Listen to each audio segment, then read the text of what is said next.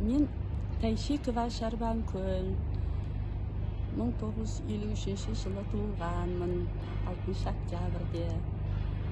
Мына темір тұлпарға отырғаныма 51 жыл болды биыл.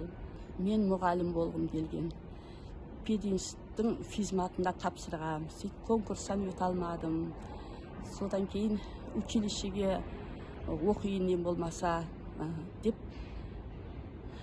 150-ші кәсіп техникалық училищеге барайын дедім, лаборант оқуына деп. Сөйтіп барсам, ол қатар тұрған 2 училище екен, 136 дегенге кіріп кетіппін, білмедім да. Сөйтіп қабылдау комиссиясында орыс әйел отыр екен. Мен осындай лаборантқа деп едім, бізде ондай жоқ, ол біздің қасымыздағы училищеде. Бізде қыздарға мынандай мамандықтар бар деп, машинист башенного мостового крана деп сөйтіп айтып жатыр. Сосын оны түсінбеймін да, ол кран деген не екенін де білмеймін. Сосын оған жоқ, мен анаған кетем деп қарсылап айтайын десем, тілім жетпейді, орыс тіліне нашар еді ол кезде.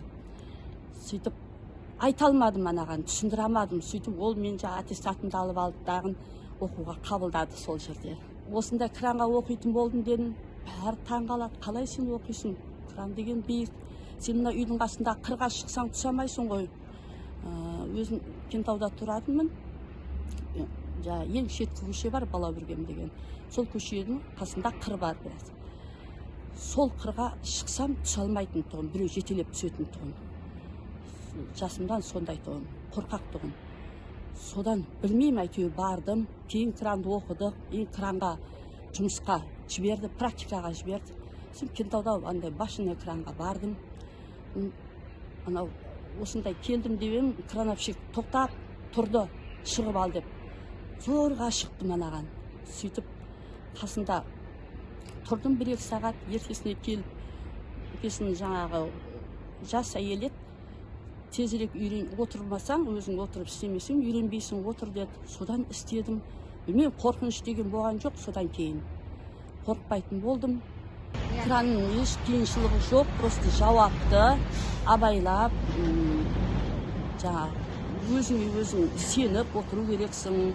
Қорқақтасаң, қолдарың қалтырап, не істеп, не қойған білмей қаласың. Таңертең келгеннен біз камераларды ашамыз, одан нелерді шығарамыз, кепкендерді шығарамыз, анаяқтан құйғандарды әкеп салады, оны түнде кептіріп шығарады, азанда солар шығарамыз. Шығарып қойдық қой, енді қазір соны телешке саламыз дағын, далаға шығарамыз, далаға шығып жинаймыз мыналар сияқты.